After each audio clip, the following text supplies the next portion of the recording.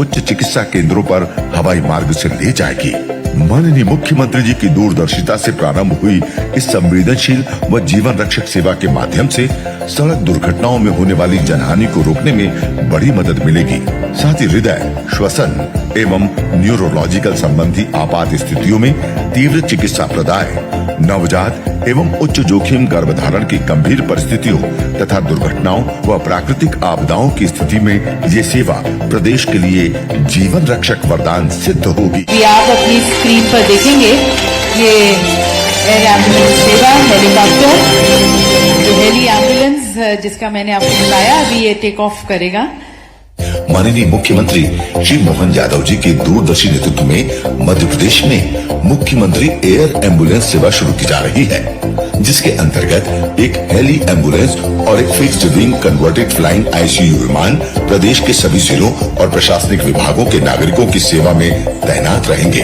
आईकेज air ambulance service द्वारा संचालित इस सेवा में उच्च प्रशिक्षित डॉक्टरों और पैरामेडिक्स की एक टीम होगी, जो कि फ्लाइंग डॉक्टरों और पैरामेडिक्स के विशेष प्रशिक्षण कार्यक्रम एयरो मेडिकल साइंसेज फेलोशिप में प्रशिक्षित होंगे। ये अनूठी सेवा प्रदेश में कहीं भी चिकित्सा आपात स्थिति उत्पन्न होने या विशेष प्रकार की चिकित्सा सुविधा या चिकित्सा विशेषज्ञों की आवश्यकता निर्मित होने पर कठिन भौगोलिक परिस्थितियों में प्रदेश के दूरस्थ अंचलों तक पहुंचकर उन्नत आपातकालीन चिकित्सा द्वारा मरीजों की स्थिति को स्थिर कर उच्च चिकित्सा केंद्रों पर एयर ऊर्जा से ओतप्रोत और नवाचार करने में माहिर ऐसे मध्य प्रदेश के माननीय मुख्यमंत्री डॉक्टर मोहन यादव जी, आपका हम अभी जो आपने एक कार्यक्रम जो किया है वो मानवीय संवेदनाओं से भरा हुआ कार्यक्रम है। इसके लिए हम आपका बहुत बहुत स्वागत और अभिनंदन करते हैं। हमारे चैतन्य कश्यप जी और गौतम टेटवाल जी, हमारे आनंद बांगड़ साहब जो मेरे क्षेत्र से ही आते हैं, अहलुवालिया जी, दिनेश पाटीदार जी, सभी सम्मानित मंच को मैं नमस्कार करता हुआ, जो इस सभागार में बैठे हुए हैं उनको भी प्रणाम करता हुआ, मीडिया के साथियों को भी नमस्कार करता हुआ मेरी बात प्रारंभ करता हूं। रीजनल इंडस्ट्री कॉन्क्लेव 2024 ये एक बहुत महत्वपूर्ण एक अवसर है उद्योगपतियों के लिए, हमारे एंटरप्रेन्योर के लिए, व्यापारियों के लिए, ट्रेडिंग एक्टिविटी सेवा के क्षेत्र में काम करने वालों के लिए, कि वो उज्जैन में और उज्जैन के आसपास अपना कुछ ऐसा इन्वेस्टमेंट करें जिससे उज्जैन, जो महाकाल के नाम से पूरे संसार में प्रसिद्ध है, तो लोग जब यहां आए तो जय महाकाल के दर्शन भी करें और अपने इन्वेस्टमेंट करके यहां लोगों को रोजगार उपलब्ध कराने के भी अवसर पैदा करें। इसके लिए ये मीट है। इस मीट का पर्पज एक ही है कि कैसे यहां इन्वेस्टमेंट आए, कैसे ये क्षेत्र आगे बढ़े, उज्जैन के आसपास जो हमारा रिसोर्सेज है उसको हम फिनिश गुड में बदल करके कैसे देश के दूसरे भागों में पहुंचाएं, कैसे हम एक्सपोर्ट को बढ़ावा दें, ये सारे उद्देश्य आज के मीट के हैं। अभी माननीय मुख्यमंत्री जी, हम एक इंडस्ट्री 4.0 के युग में जी रहे हैं। ये जो इंडस्ट्री के कालखंड है, ये 4 कालखंड लोग मानते हैं। जो इंडस्ट्री को समझते हैं, इंडस्ट्रियल रिवॉल्यूशन को समझते हैं, वो 4 कालखंड मानते हैं। एक इंडस्ट्री 1.0 जब शुरू हुई तब स्टीम का आविष्कार हुआ, तब शुरू हुई, और हम स्टीम के आविष्कार को लोगों ने अलग अलग तरीके से उनको व्याख्या की है, लेकिन जहां तक मैं समझता हूं कि हमारे स्टीम के आविष्कार से जब देखा कि मानव औजार उपकरण का प्रयोग करके और अपना व्यापार बढ़ाता है, तो तेजी से समुद्री व्यापार बढ़ा, तो उसको बहुत से लोगों ने इंडस्ट्री 0.10 कहा। लेकिन उसके ठीक 100 साल बाद एक बहुत ऐसी क्रांति आई जिसको हमने भी महसूस किया, समुद्र के किनारे रहने वालों ने स्टीम को महसूस किया, हमने महसूस किया बिजली को। और जैसे ही इलेक्ट्रिसिटी का आविष्कार हुआ तो बहुत से फैक्ट्री के पुर्जे बिजली से चलने लगे, तो लोगों ने कहा यह भी एक क्रांति है, तो उसका नाम दिया इंडस्ट्री 2.0। और वो भी पूरे Europe, America, Asia, even Bharat भी अछूता नहीं रहा, और यहां उसको इंडस्ट्री 2.0 में हम चलते रहे।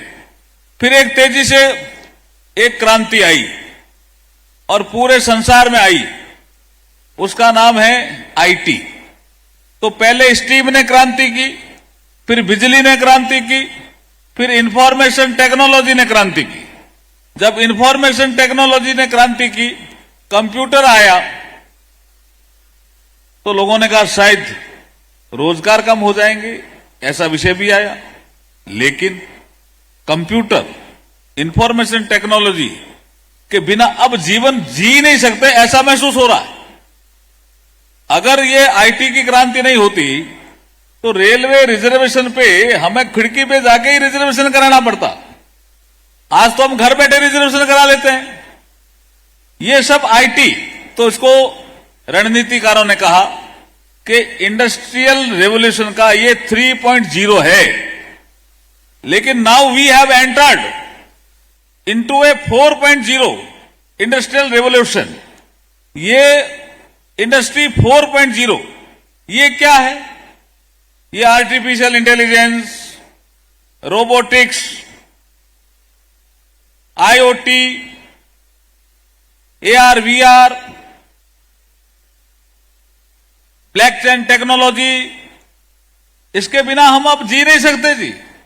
बहुत से लोग कहते हैं कि अगर गाड़ी, जिसको व्हीकल हम कहते हैं, जिसको हम बोला ये बिना ड्राइवर के चलेगी क्या?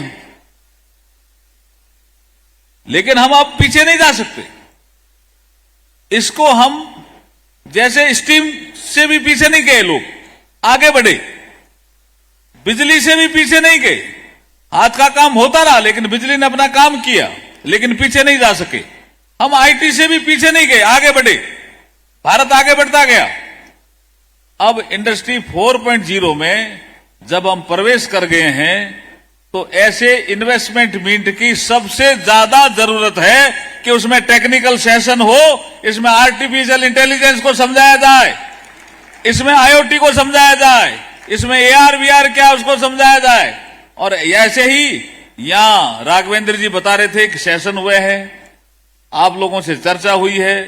मैं ऐसे इन्वेस्टमेंट मीट को करने के लिए पुनः मैं मुख्यमंत्री जी का धन्यवाद करता हूं और वंदन करता हूं और अभिनंदन करता हूं। अब मुझे बुलाया, कुछ लोग पूछते हैं भाई कानून मंत्री का क्या काम ऐसे मीट पे? कानून मंत्री का भी बहुत काम है जी।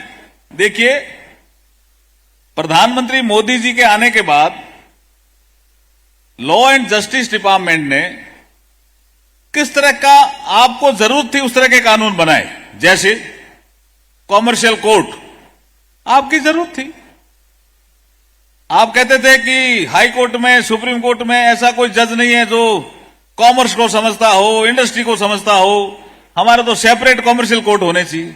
बनाए, और उसमें 120 दिन की हमने शर्त भी लगा दी कि अगर अपोजिशन पार्टी अपना पक्ष 120 दिन में नहीं रख सकती है तो उसके बाद वो पक्ष रख ही नहीं सकती। इसलिए केस जल्दी सेटल होने लग गए। इसलिए मोदी है तो मुमकिन है। उसके बाद एक हम लाए आर्बिट्रेशन सेंटर। प्रधानमंत्री मोदी जी ने कहा कि भाई इंडस्ट्री के लोग और एंटरप्रेन्योर अपना आर्बिट्रेशन का केस सेटल कराने के लिए कोई हांगकांग जाता है, कोई सिंगापुर जाता है, कोई लंदन जाता है, कोई दुबई जाता है, वो भारत में ही क्यों नहीं करे? हमारा ही इंटरप्रेन्योर, हमारा ही वकील भारत का, वह लंदन जाकर के पैरवी करता है, वहां से अवार्ड आता है, तो फिर हम यहां क्यों नहीं कर सकते? इसके लिए आर्बिट्रेशन सेंटर, आर्बिट्रेशन एक्ट में अमेंडमेंट किया। गुजरात में गांधीनगर में हमने एक गिफ्ट सिटी बनाई है, कभी जाकर के देखना। जो हमें इंडस्ट्री 4.0 में जिसकी जरूरत है, उसके सारे इंफ्रास्ट्रक्चर नरेंद्र मोदी जी के इस कालखंड में पूरे हो रहे हैं। अब आप देखिए, एक मीडिएशन लॉ है। मीडिएशन लॉ की इस देश में हमेशा से ही जरूरत रही है। मुख्यमंत्री जी, आप तो गांवों से आते हैं, मैं भी ग्रामीण क्षेत्र का आदमी हूं।